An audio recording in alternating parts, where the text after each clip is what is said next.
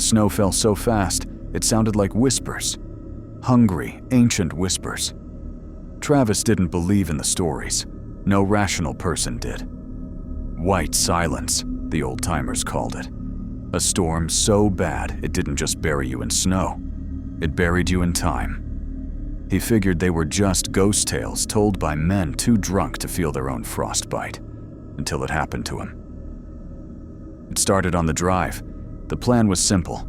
Pick up supplies from the outpost before the big storm hit and get back to his cabin in the Yukon woods. He'd done it dozens of times. The road was familiar, winding between frozen pines and pale hills. He liked the silence, preferred it even. But around 4:17 p.m., the snow began to fall. Not gently, not gradually. It dropped like a curse. Thick, sudden, blinding. Within minutes, the headlights only lit up a wall of white. The road vanished beneath him. The GPS flickered and died. Then the truck stalled. Travis slammed the dashboard. Nothing. The engine coughed once, then silence. Not just normal silence, but total silence. No wind, no ticking metal, not even his breath. He stepped out, and the snow swallowed him whole. It pressed against his chest, filled his ears, blinded his eyes. He stumbled back and grabbed the door, but the truck was gone. No lights, no shape, no tracks. He spun in place, panic flooding his gut.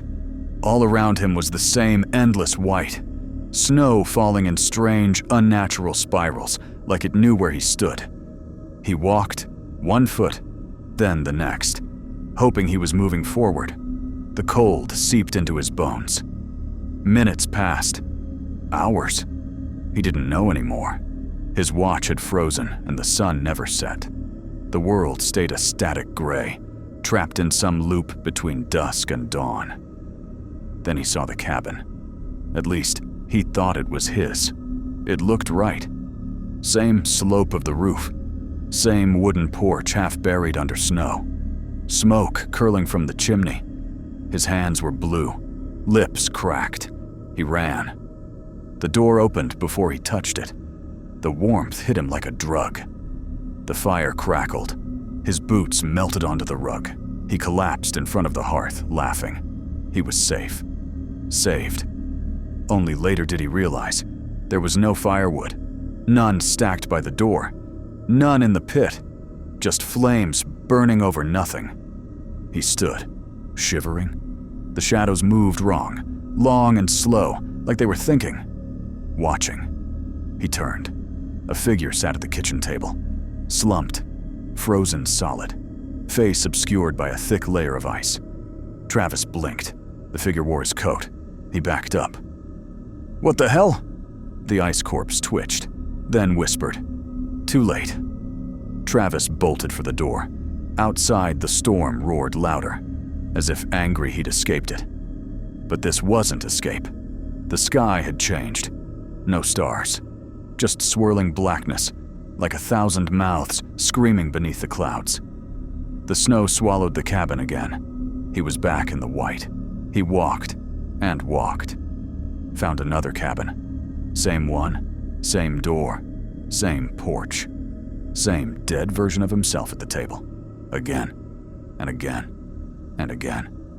Each time, the frozen version looked more alive. The eyes clearer, the skin less blue. On the 7th loop, the corpse smiled. Time stopped. No wind, no cold. Just a voice in his head, calm and cruel. "You're not lost in the snow, Travis. You're lost in me. You died the first night. Frost in your lungs. Heart stopped. This question mark. This is just the replay. The echo. You froze out there screaming. No one heard. You keep walking because your mind won't accept it.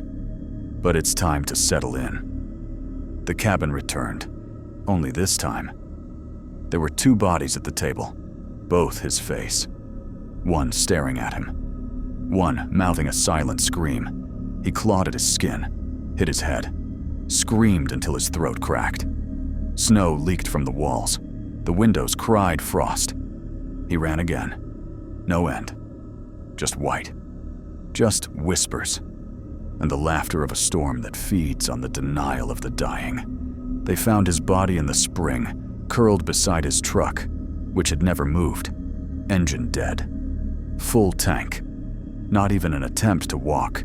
His eyes were wide open, frozen tears on his cheeks, hands reaching toward the woods. The cabin? No cabin within 20 miles, just an old foundation. Burned down in 1979. Family inside, all lost in the snow. And every winter, the storm returns, looking for the next one who thinks they're stronger than the cold.